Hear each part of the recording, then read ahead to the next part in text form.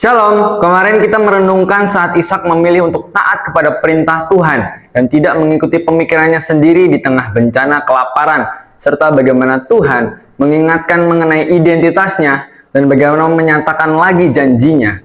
Maka hari ini kita akan melihat betapa besar kuasa dan kasih karunia yang akan dialami ketika kita menyadari identitas kita sebagai anak yang harus berjalan dalam tuntunan dan ketaatan.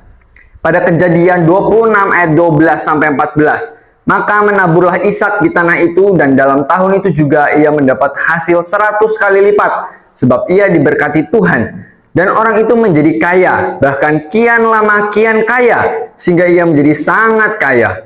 Ia mempunyai kumpulan kambing, domba, dan lembu sapi, serta banyak anak buah, sehingga orang Filistin itu cemburu kepadanya.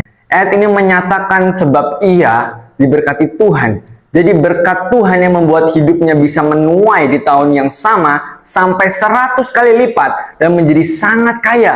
Bahkan menjadi tuan dari banyak orang upahan dan pemilik kumpulan kambing, domba, dan lembu. Jadi saudara, ketika kita hidup dalam identitas kita sebagai anak Allah yang mau taat terhadap tuntunan dan arahan, maka kasih karunia akan mengalir atas hidupmu, sehingga kamu menjadi orang yang sangat diberkati. Bahkan diri kita menjadi kesaksian yang nyata karena adanya perbedaan yang dilihat orang-orang. Seperti orang Filistin yang menjadi iri karena melihat bagaimana penyertaan Tuhan yang begitu jelas atas hidup Ishak.